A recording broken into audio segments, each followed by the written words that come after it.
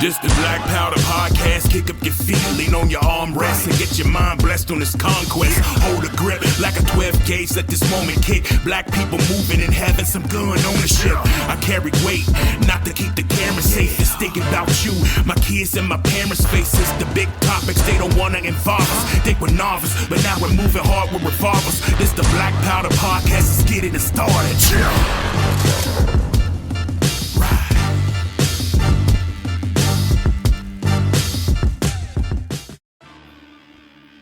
So it's June 2nd, 2022. Getting off of work and, just needed something to listen to while I'm driving in the car. As usual, try and check my notifications to see if anything good is on YouTube. And sure enough, it is. T Electric was over there covering Biden's speech about what his plans are regarding assault weapons, bans and everything else, raising the age limit, so on and so forth. I don't know what's going to become of this. I know that me, as a black person, I've been watching the events unfold, and I've been watching all this craziness happen for a good minute ever since these last couple of weeks. And I don't understand why.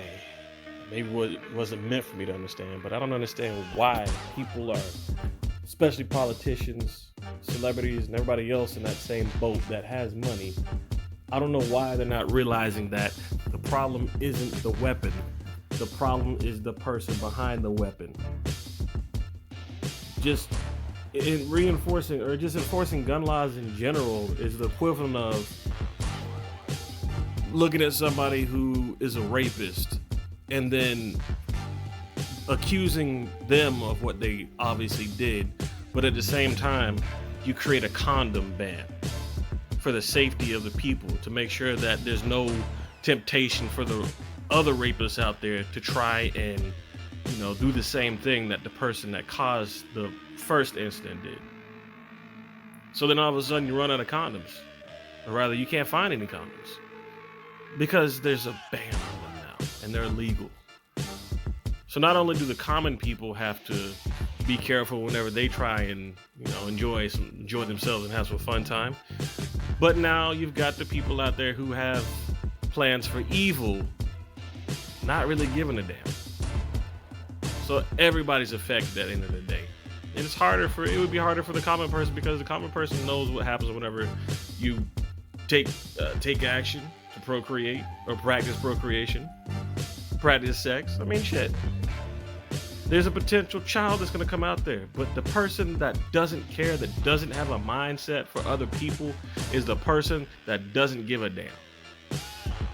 Child or not, that person realizes, that savage realizes, that idiot realizes, whatever the fuck you want to call them, they realize that at the end of the day, it is not their responsibility to worry about what happens from that action.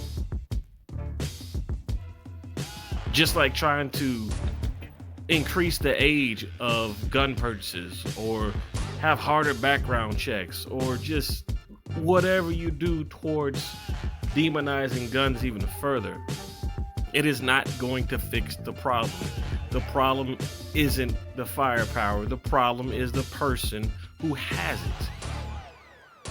Those law-abiding citizens that realize that they need those firearms for protection wouldn't have to feel like that if there was actual protection coming from the government that was supposed to be protect them in the first place. This is why people do not need to give the government so much power.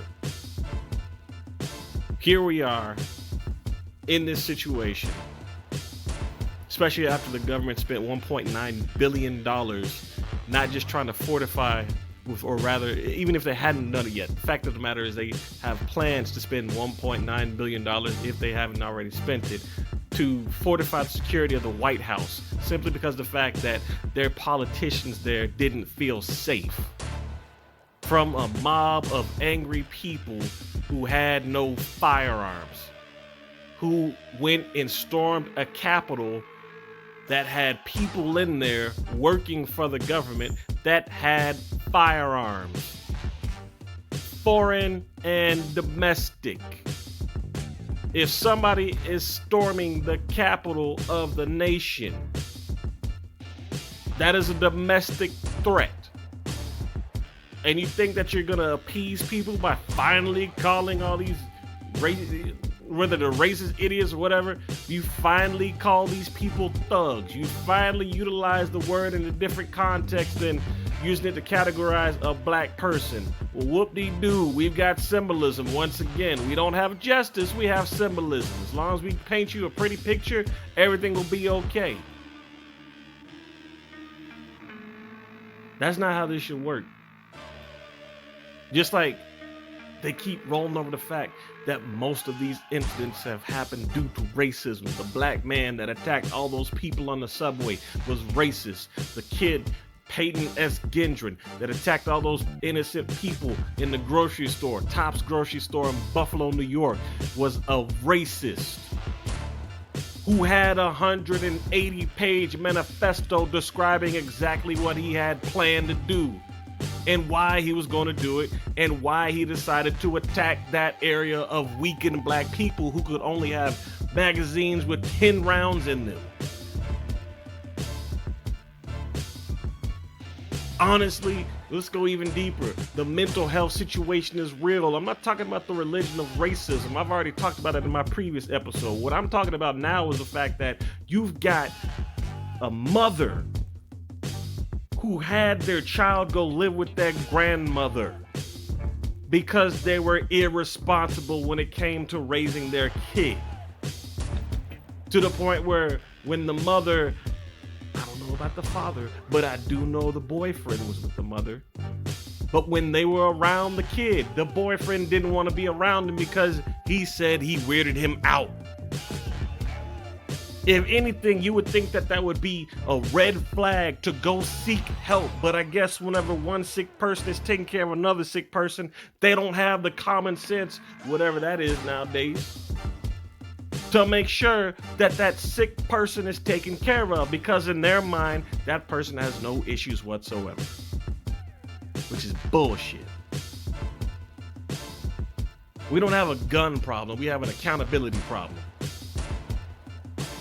We need more families to realize that their kid is not always the innocent angel that they always perceived them to be. I know a mother's love sees no flaws, or whatever saying you'd like to use, but nonetheless, the fact of the matter is that you're ignoring the issues that your child possesses. And you think they're sweet and innocent. And you continue to ignore that until one day you're looking up and you're like, oh, I don't know why little Johnny did it. I don't know why he did it. He's a good boy. Bullshit.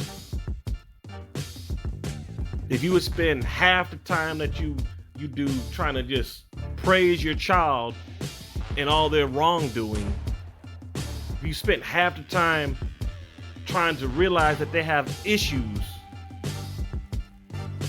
and work on getting those issues fixed, we might not be in this situation in the first place.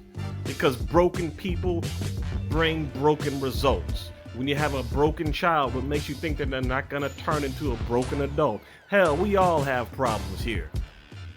The question is, what are you doing about them to get them solved?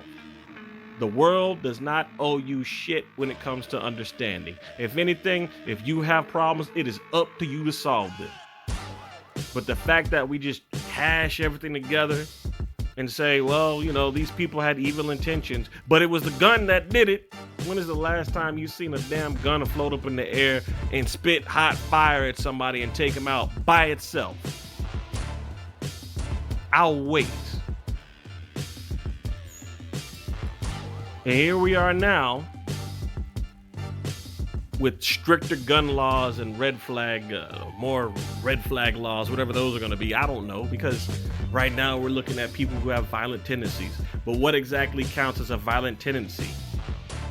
Is it somebody who got mad because they didn't get pickles on their hamburger and they got extra mustard whenever they just wanted it the way it came? Is it somebody who spills their cup of coffee in their lap and starts just throwing out profanity left and right in different languages while pounding the table as their lap is burning? I mean, what counts as violent tendencies?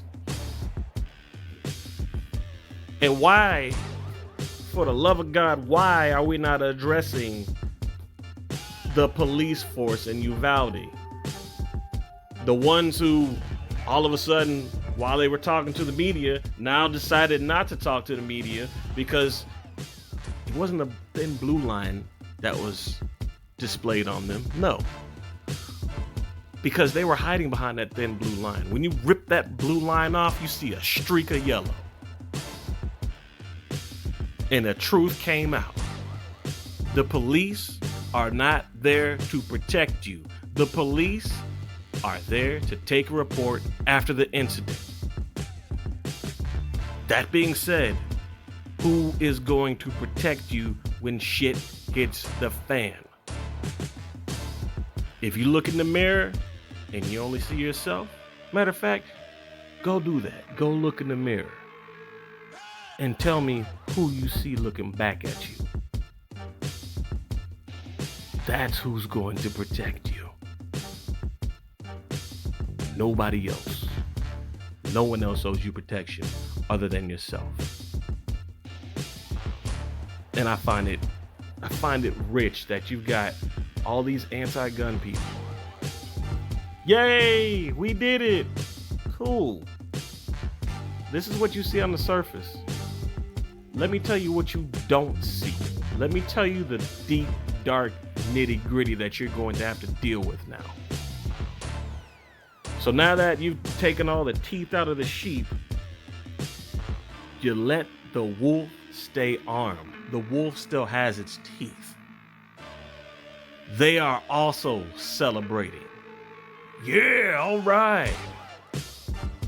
Do you honestly think a wolf gives a damn about the plight of sheep?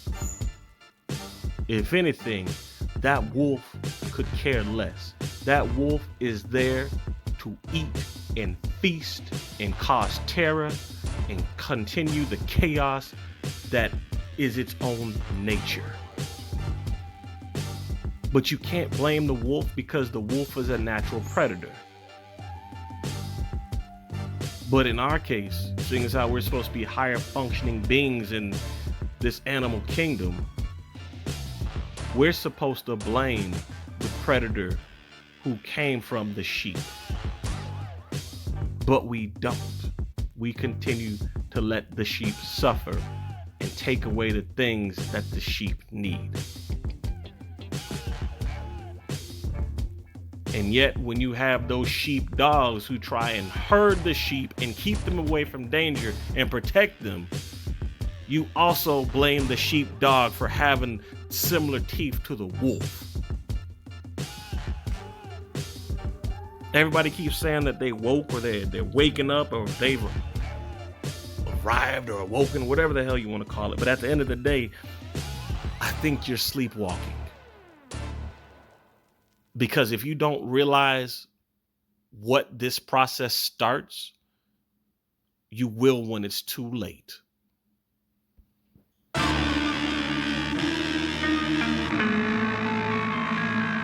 This the Black Powder Podcast, let's get explicit. We got the wisdom hitting targets with a marksman's precision. We're having fun in the booth, we're running gun for the truth. Every future black gun owner, we're spreading the news. We do it legal, we're moving regal and blessing the people. Some hopes for the culture, we keep it locked like guns in our holster. Holding it down as we're loading the rounds. If they were nervous back then they're gonna be scared of us now. Black Powder Podcast, we'll be back in a while.